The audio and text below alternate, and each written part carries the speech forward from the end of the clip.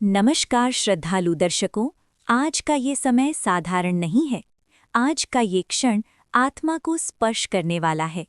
आज हम माघ गुप्त नवरात्रि के उस रहस्यमयी और दिव्य वातावरण में प्रवेश करने जा रहे हैं जहां शक्ति दिखाई नहीं देती, लेकिन हर कण में उसकी अनुभूति होती है।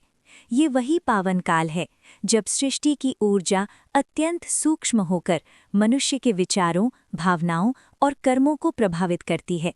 शास्त्रों में माघ मास की गुप्त नवरात्रि को अत्यंत गूढ़ और प्रभावशाली माना गया है।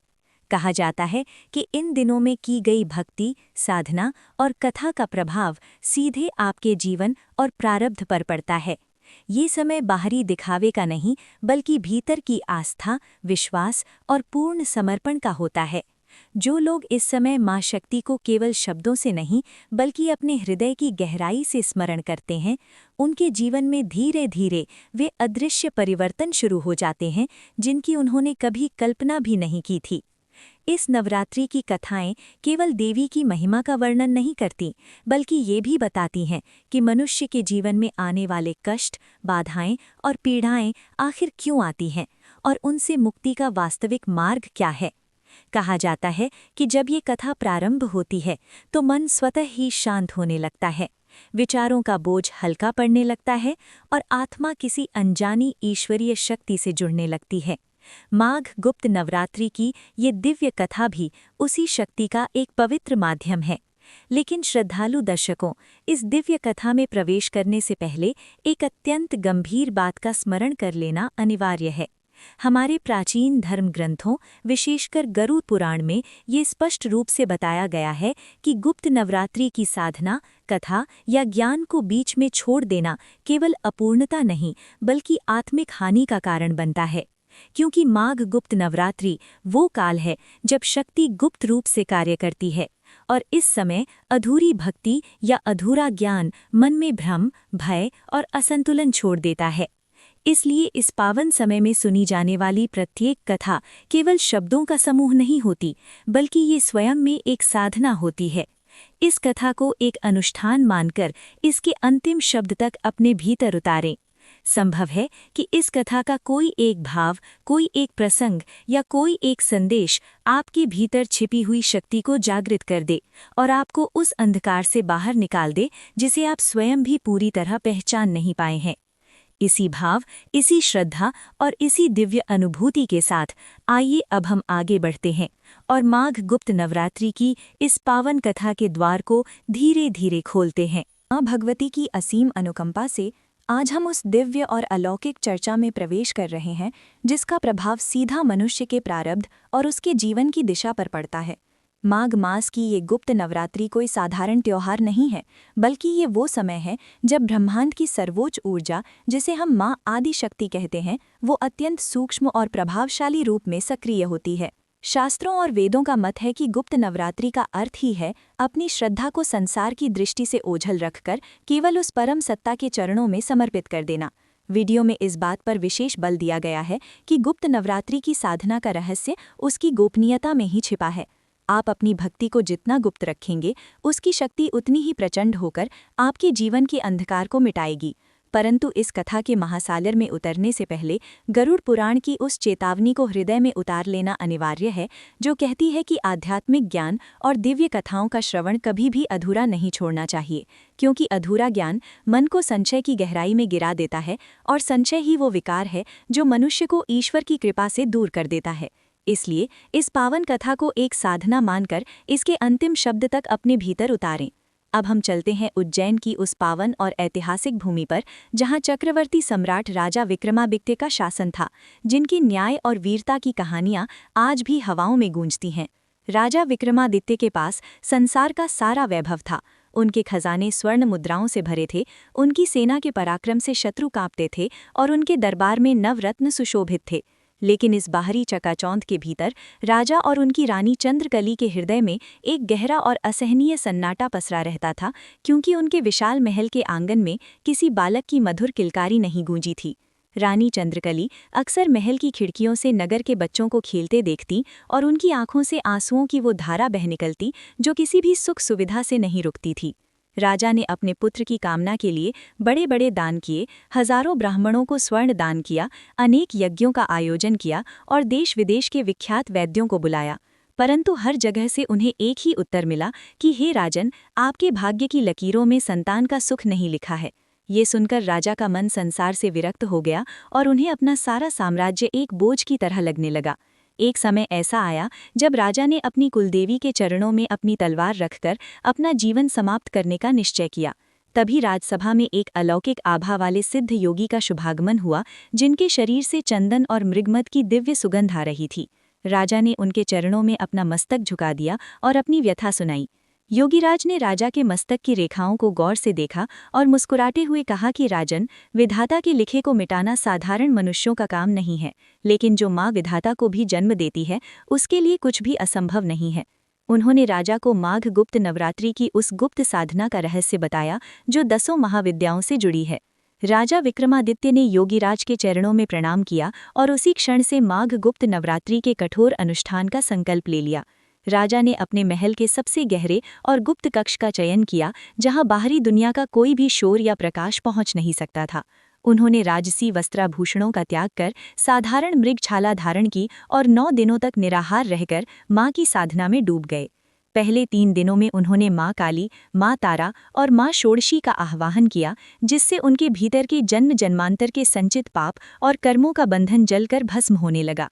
उनके शरीर का तापमान इतना बढ़ गया था मानो वो तपती हुई अग्नि बन गए हों।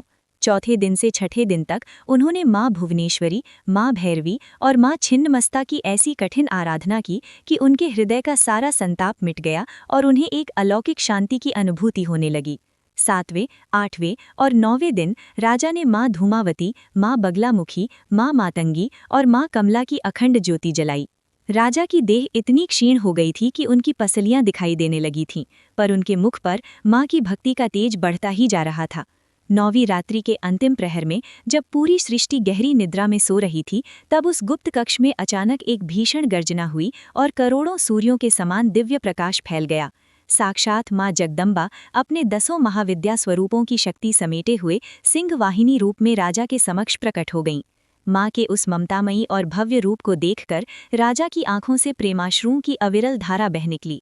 माँ ने अत्यंत मधुर और करुणा भरी वाणी में कहा कि उठो पुत्र विक्रमादित्य, तुम्हारी इस गुप्त और निष्काम साधना ने मुझे स्वर्ग के सिंहासन से उतरकर यहाँ आने पर विवश कर दिया है।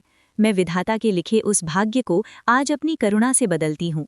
माँ के आशीर्वाद से कुछ समय पश्चात रानी चंद्रकली ने एक ऐसे ओजस्वी बालक को जन्म दिया जिसके मुख का तेज देख वैद्यों और ज्योतिषियों के मुख खुले के खुले रह गए। उस बालक का नाम विजय सेन रखा गया। ये बालक साधारण नहीं था, बल्कि वो एक राजर्षि था जिसने बड़ा होकर तलवार से शत्रुओं का संहार किया और अपनी भक्ति से उज्जैन की धरा को स्वर्ण नगरी में बदल दिया। विजय सेन के शासनकाल में कभी अकाल नहीं पड़ा, कभी कोई बीमारी नहीं फैली और हर घर में माँ की भक्ति की ज्योति जलने लगी। वीडियो के अंत में ये विशेष संदेश दिया गया है कि आज के कलयुग में भी जो लोग संतान सुख के लिए तरस रहे हैं या जो कर्ज और रोगों से घिरे हैं, उनके लिए माघ गुप्त नवरात्रि की ये साधना एक संजीवनी है। राजा विक्रमादित्य के भाग्य में संतान नहीं थी, पर माँ की गुप्त भक्ति ने नियति को बदल दिया। विजय सेन के राज्याभिषेक के बाद उज्जैन नगरी का भाग्य पूरी तरह से पलट गया और वहां एक ऐसे युग की शुरुआत हुई जिसकी कल्पना देवताओं ने भी नहीं की थी। विजय सेन ने अपनी माता रानी चंद्रकली और पिता राजा विक्रमादित्य से प्राप्त संस्कारों को अपने जीवन का आधार बनाया और राजर्षि के रूप में न्याय की ऐसी मिसाल पेश की कि उनके राज्य में शेर और बकरी एक ही घाट पर पानी पीते थे। जब विजय सेन युवा हुए तो उनके पराक्रम की चर्चा सुनकर आसपास के असुर शक्तियों और अधर्मी राजाओं ने उन पर आक्रमण करने की योजना बनाई। लेकिन विजय सेन ने अपनी तलवार उठाने से पहले माँ आदिशक्ति की उसी गुप्त साधना का आह्वान किया जो उनके पिता ने की थी।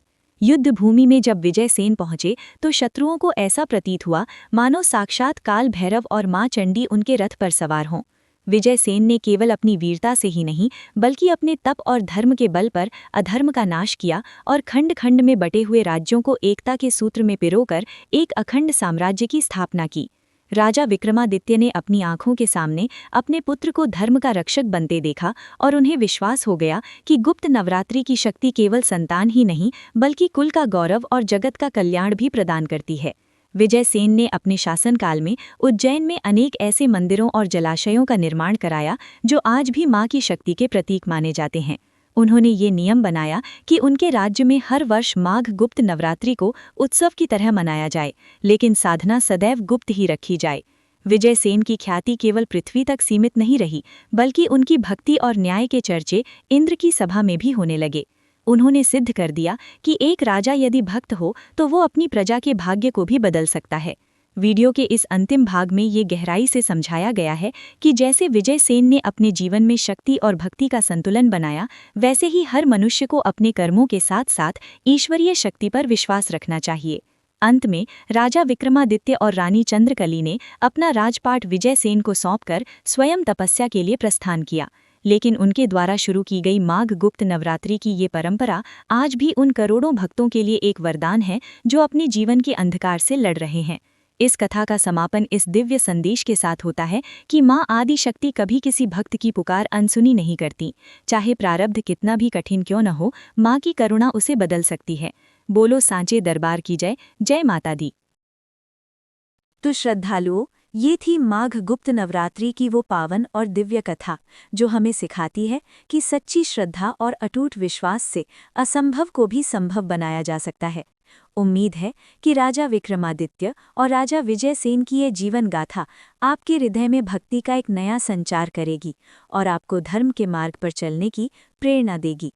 याद रखें, माँ आदिशक्ति की कृपा पाने के लिए केवल दिखावा नहीं, बल्कि अंतर मन की शुद्धि और गुप्त साधना की आवश्यकता होती है। अगर आप भी अपने जीवन में किसी कठिन परिस्थिति से गुजर रहे हैं, तो माँ दुर्गा के चरणों में खुद को समर्पित कर दें, क्योंकि वो ममतामयी माँ अपने भक्तों की झोली कभी खाली नहीं रहने देती। अगर आपको आज की ये प्रस्तुति पसंद आई हो, तो इसे अपने मित्रों और परिवार के साथ साझा करना ना भूलें, ताकि वे भी इस पुण्य के सहभागी बन सकें।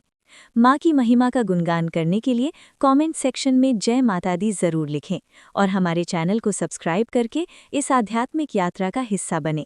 अगली बार फिर मिलेंगे एक नई कथा और नई ऊर्जा के साथ।